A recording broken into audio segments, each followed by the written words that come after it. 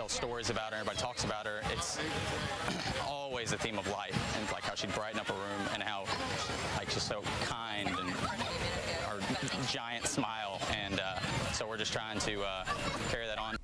Well, that was Tyler Powell, the husband of a Beaumont police officer who was killed in a wrong-way crash in 2020. Sheena Yarbrough Powell's family and her former colleagues at BPD have a difficult week ahead. Tomorrow, they will come face-to-face with the driver accused of killing her.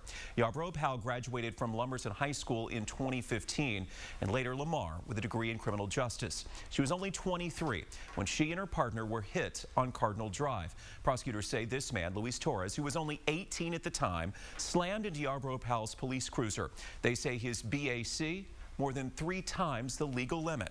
12 News reporter Cameron Seibert will be covering this trial for us in depth. He is live tonight with what to expect tomorrow. Yeah, Jordan, jury selection gets underway tomorrow morning here at the Jefferson County Courthouse. Later in the afternoon, testimony starts in front of Judge John Stevens.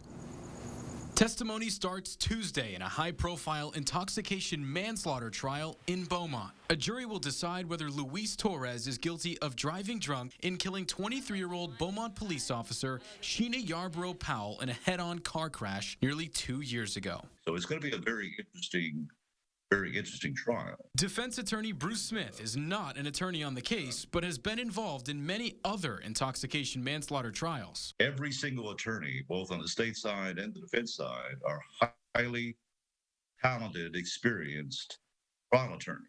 Intoxication manslaughter is normally a second-degree felony with a sentence of 2 to 20 years in prison. But when the victim is a police officer, the crime is a first-degree felony, punishable by 5 to 99 years or life in prison. Smith says the defense will try to prove that intoxication did not play a role in the crash. From what I understand, there's not going to be much question about the fact that the defendant was intoxicated.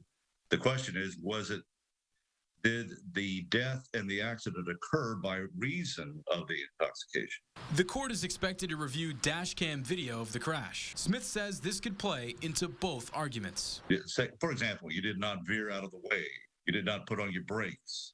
You did not, do something to avoid the collision. That's the type of cross-examination that a defense attorney will normally do. Smith says the attorneys and the judge trying this case are second to none. This case is going to be well tried. The attorneys know what they're doing. They know the rules of evidence. They know what can and cannot be presented to the jury. The defendant will have a fair trial. And Torres also faces an intoxication assault charge for seriously injuring Yarbrough Powell's partner, Gabriel Fells. That trial will be heard at a later date. For now, I'm live in front of the Jefferson County Courthouse. Cameron Seibert, 12 News. Cam, thank you. And 12 News will be covering this trial gavel to gavel. Again, jury selection supposed to start tomorrow. Opening statements could come in the afternoon. Stay with 12 News on air and online for updates.